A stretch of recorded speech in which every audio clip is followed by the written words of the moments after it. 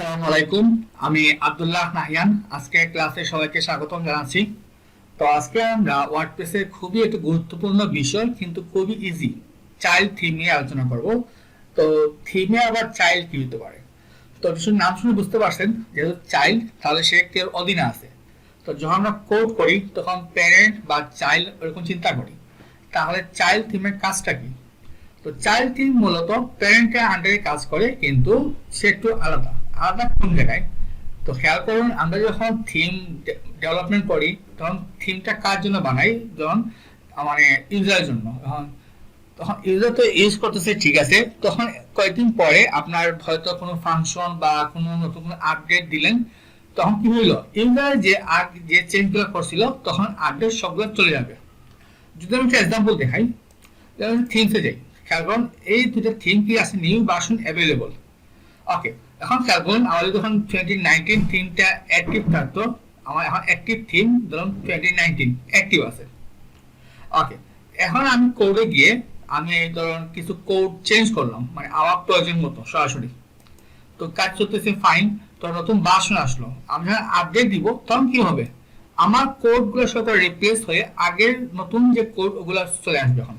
তাহলে এত যে কষ্ট করলাম সব চলে যাবে। ঠিক আছে, তো এই সমস্যার সমাধান করার জন্য মূলত আমাদের চাইল্ড থিমটা নিয়ে আসা হয়েছে। তো আমরা থিমে যত চেঞ্জেস সব করবো চাইল্ড থিমে, মানে ইউজাররা যিনি ব্যবহারকারী উনি সকল চেঞ্জ করবে চাইল্ড থিমে। আর মেইন যে থিমটা ওইটা আপডেট হবে কিন্তু কোনো এফেক্ট করবে না, মানে চাইল্ড থিমে প্রায়োরিটি বেশি পাবে। তো চাইল্ড থিম কিভাবে ক্রিয়েট করে, একদম ইজি। আমরা থিমসে চলে যাই, ডাব্লিউ কন্টেন্ট থিমসের ভিতরে আমরা একটা ফোল্ডার ক্রিয়েট করি এখানে। তো নামটা কি হবে, নামটা দিব আমাদের যে টেক্সট ডোমেইন হাইফেন চাইল্ড। তো আমরা সবসময় তো একটা ভালো গুড প্র্যাকটিস কোনটা, যে থিমের নাম আর টেক্সট ডোমেইন নামটা সেম হইলে ভালো হয়। তাহলে আমরা কি দিলাম, হালিম হালিম চাইল্ড। আমরা ফোল্ডার ক্রিয়েট করলাম। তো আমি একটু ওপেন করি এটা, এই যে হালিম চাইল্ড একটু ওপেন করি। তো আমরা চাইল্ড থিমটা একটু বোঝার জন্য আমরা একটু গুগলে সার্চ দিই, ধরুন চাইল্ড থিম লিখে গুগলে সার্চ দিলাম। তো কোডেক্সে একটা লিঙ্ক আছে, এই যে চাইল্ড থিমস, এই কোডেক্সে একটা লিঙ্ক, এটা চলে যাই আমরা। তো এখানে আপনি চাইলে বাংলা ক্লিক করলে বাংলা চলে আসবে, আর ইজিলি করতে হবে হ্যাঁ বাংলা দিয়ে। এই যে কেন চাইল্ড থিম ব্যবহার করব, কিভাবে চাইল্ড থিম তৈরি করবো সবগুলো দেওয়া আছে। তো মূলত আমাদের তিনটা কাজ করতে হবে। একটা হচ্ছে গিয়ে চাইল্ড থিম ডিরেক্টরি আমরা অলরেডি ক্রিয়েট করছি, তারপর স্টাইল ডট সিএসএস আর ফাংশনস ডট পিএইচপি, এই দুটা ফাইল আমাদের লাগবে। তো আমরা আগে স্টাইলটা ক্রিয়েট করি, নাম দিই স্টাইল ডট সিএসএস। তো হ্যাঁ কি হবে, আমরা যদি আমাদের যে প্যারেন্ট থিম স্টাইলে যা ছিল ওইটা আমরা কপি করে নিয়ে আসতে পারি। আমরা এখানে বসাই দিই, আমরা হালিম চাইল্ড লিখে দিই। এখানে একটা আমাদের ক্রিয়েট করতে হবে টেমপ্লেট, মানে এই চাইল্ড থিমটা কোন থিমের অধীনে। তো টেমপ্লেটের নামটা কি হবে, আমাদের টেক্সট ডোমেইন কি ছিল, আচ্ছা বসাই দিই এখন টেক্সট ডোমেইন কি ছিল আমাদের হালিম। আর এখানে আমাদের আসলে থিম নেম দিলে একটু সুন্দরভাবে আসবে, থিম নেম আমরা থিম নেম দিয়ে দিই। ওকে, তো টেমপ্লেটে কি হবে, আমাদের যে টেক্সট ডোমেইন ছিল হালিম, সেভ দিলাম। দেওয়ার পরে আমি এখন পেজটা রিফ্রেশ দেই। তো দেখুন আরটা চলে আসছে, কি নামে আসছে, হালিম চাইল্ড নামে থিম আসছে। আর যদি আপনার মনে হয় যে এখানে স্ক্রিনশট ইউজ করবেন তাও করতে পারেন। আমরা যদি মেইন যে প্যারেন্টটা স্ক্রিনশটটা কপি করে আমাদের এই ফোল্ডারে পেস্ট করে দিই, বা আপনি আরটা ক্রিয়েট করতে পারেন। তো আমি যখন একটু পেজটা রিফ্রেশ দিই, এই চলে আসে হালিম চাইল্ড, আর এটা আমাদের প্যারেন্ট থিম। আমি যখন চাইল্ড থিমটা ক্লিক করি তাহলে আমার চাইল্ড থিমটা এখন অ্যাক্টিভ হয়ে গেল, চলে আসছে চাইল্ড থিম। এখন আমি ফ্রন্ট এন্ড একটু রিফ্রেশ দিই, দেখুন আমাদের সব কিছু ঠিক মতোই আসছে। তাহলে চাইল্ড থিমও কাজ করতেছে, আমাদের প্যারেন্ট থিমতে মানে প্যারেন্ট থিমটা কাজ করতেছে কিন্তু চাইল্ডের অধীনে আর কি। তো এটাতে আমাদের লাভ কি হইলো, এখন আমরা আরেকটা ফাইল করতে পারি, নাম দিই ফাংশনস ডট পিএইচপি, আমরা পিএইচপি ব্লক নেই। ওকে, এখন আমরা এই যে স্টাইলটা ওটা লোড করি আমরা। তো আমরা যদি নিচে যাই, এখানে দেওয়া আছে নিশ্চয়ই, আমাদের এখানে কল করলাম, তারপরে আমাদের এই যে এড অ্যাকশন দিয়ে আমাদের প্যারেন্ট স্টাইলের আন্ডারে আমাদের স্টাইলটা কল করতে হবে, যাতে ওইটার পরে ওইটা পায়। তা আমরা কি করতে পারি, অ্যাড অ্যাকশন, তারপর কি আছে ডব্লিউপি এনকিউ এনকিউ স্ক্রিপ্টস,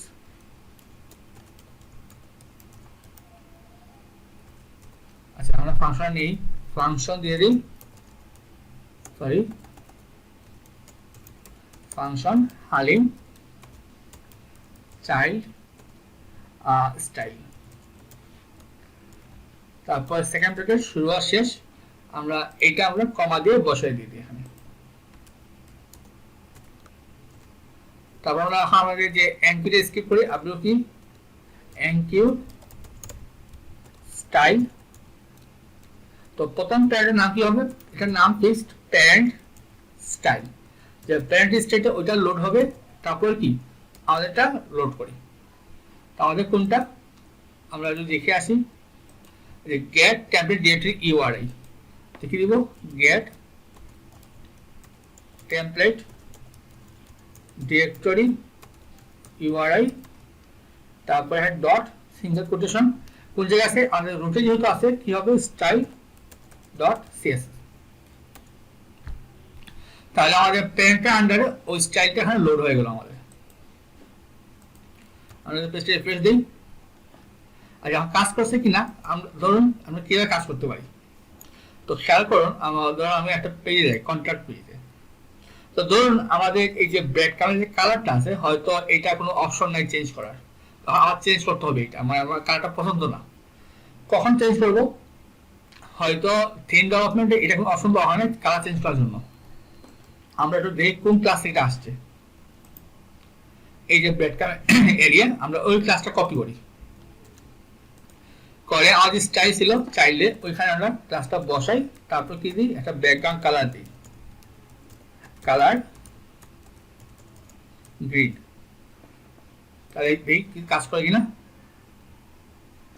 তো দেখুন কালারটা এখন গ্রিন চলে আসছে, এখানে আমি একটু স্প্রেড এলিমেন্ট করি, দেখি কি কি পেয়েছে আমাদের এটা, এই যে ব্রেড কাম এখানে পাইতেছে না, কালারটা আমাদের চাইল্ড থেকে এই যে লোড হয়েছে, এটা এখন মানে চাইল্ড থিম থেকে এটা আসতেছে, এখন আমরা কি এখানে বসেছি না এখানে বসেছি, সেকশন ব্রেড কাম, এই যে কারণ আগেরটার চেয়ে ওই যে প্যারেন্টের চেয়ে চাইল্ডের প্রায়োরিটি এখন বেশি, কারণ এখন চাইল্ড থেকে আসতেছে এটা, তখন সুবিধা কি হইলো, এখন যদি আমরা সরাসরি প্যারেন্ট থিমে যদি ইউজ করতাম, ধরুন আমাদের যে প্যারেন্ট থিমটা ছিল এইখানে, তো অসুবিধা কি হতো, যখন দিলাম সবুজ কাজ করছে ফাইন ঠিক আছে, যখন থিমে নতুন ভার্সন আসবে তখন কি হবে, যখন আমরা আপডেট দিব তখন এই প্যারেন্টের আগে সবগুলো চেঞ্জ হয়ে মানে আপডেট কোডগুলো চলে আসবে, তখন আমার সবগুলো রিসেট হয়ে যাবে, এখন যে এত কষ্ট কোডগুলো করলাম সবগুলো চেঞ্জ হয়ে যাবে। তো আমরা আর একটু দেখি কি করা যায়, যেমন যদি আমরা একটু ইয়াতে যাই, কন্ট্যাক্টে যাই, আচ্ছা কন্ট্যাক্টে আমরা আসি, ওকে, তো আপনার মনে হলো যে ইয়াটা আমার এই অংশটা দরকার নেই, এই অংশটা বা এই অংশটা কি আমার একটা দুটা তিনটা আছে, আমার তিনটা দরকার নেই, দুইটা আসবে, মানে কল 6 তখন কি করতে পারি, তো খেয়াল করবেন কোন পেজ থেকে আসছে টেমপ্লেট কন্ট্যাক্ট, আমরা এই ফাইলটা কপি করব, তো লোকেশনটা খেয়াল করবেন, মানে আমাদের প্যারেন্ট থিমে যে স্টাইলে দেওয়া আছে লোকেশনটা ঠিক সেম টু সেম স্টাইলে আমাদের চাইল্ডে বসাতে হবে, তো যেহেতু সে একদম রুটে আছে আমরা রুটে বসাই দিই, পেস্ট করলাম আমাদের টেমপ্লেট কন্ট্যাক্ট, আমরা যাই এখন কি দেওয়া আছে এখানে, কল এন্ড 4 দেওয়া আছে, আমরা কল এন্ড 6 দিলাম, এখন যদি আমি পেজটা রিফ্রেশ দিই, কাগল আমরা এখন কাজ করতেছে, এখন 6 চলে আসছে, এটা আমরা কোন জায়গায় কাজ করলাম, আমরা কাজ করতেছি আমাদের যে চাইল্ড থিমে, তখন প্যারেন্ট থিমে যদি যাই, আমাদের প্যারেন্টে কি আছে, আমাদের প্যারেন্টে কিন্তু আমাদের কল 4 এ আছে, কিন্তু কোনটা কাজ করতেছে, আমাদের 6টাই কাজ করতেছে, তো এইভাবে চাইলে আপনি অনেকগুলো বা অ্যাবাউট আছে, তো আপনার মনে হলো কি যে এইখানে আরটা কি মানে আরটা মানে এখানে দুইটা আছে, আমরা তিনটা অ্যাড করবো, মানে আটটা কলাম অ্যাড করবো, তো আমরা কি করতে পারি, আমরা টেমপ্লেট অ্যাবাউট ফুল মানে ফাইলটা কপি করবো, আমরা কপি করে আমাদের মানে এখানে পেস্ট করি, অ্যাবাউটে যাই, তো এখানে কি দেওয়া আছে, তো ধরুন আমার এই থিমে এই অংশ দরকার নেই, আমরা ফেলে দিলাম, আমার দরকার এইটা দুইটা আসবে, তাহলে আমরা ওইটা কপি করি। যেমন এটা দিয়ে 6 আর এইটা দিলাম 6, পেস্ট করলাম। এখন যদি আমরা পেজটা রিফ্রেশ দিই তো এখন এটা কিন্তু চেঞ্জ হয়ে গেছে এখন। বা আপনি মনে করেন যে আর কিছু অ্যাড করবেন তাও করতে পারেন, নতুন কিছু ইচ্ছা মতো অ্যাড করতে পারেন। এইভাবে চাইল্ড থিম দিয়ে আমরা প্যারেন্ট থিমতে অপারেট করতে পারি বিভিন্ন ফাইলগুলো। তো এই যে এখন আপনারা চাইলে আপনারা যেগুলো পরিবর্তন করতে পারেন, কারণ আমাদের আপডেট দিই, আমাদের আপডেট হবে প্যারেন্ট থিম, তাইলে আমাদের এইগুলোর উপর কোনো ইফেক্ট পড়বে না। জাস্ট নতুন যে ফিচারগুলা বাগ ফিক্সিং ওই ফিচারগুলো আমরা পাবো, কিন্তু আমরা যা চেঞ্জ করছি এখানে কোনো ইফেক্ট পড়বে না। এটা হচ্ছে কি আমাদের চাইল্ড থিম হচ্ছে বড় সুবিধা। তো আশা করি আপনারা বুঝতে পারছেন যে চাইল্ড থিমের মূল কাজটা কি। তো আগামী ক্লাসে আমরা দেখবো কিভাবে ফাংশনের জন্য কাজ করা যায়, যে ফাংশন কি আমরা কিভাবে অবাই করতে পারি, বা আর কিছু ডিপেন্ডেন্সি আছে ওইগুলো আমরা আগামী ক্লাসে দেখবো। তো সেই ক্লাস দেখা আমন্ত্রণ রইল, সবাই ভালো থাকবেন। আসসালামু আলাইকুম।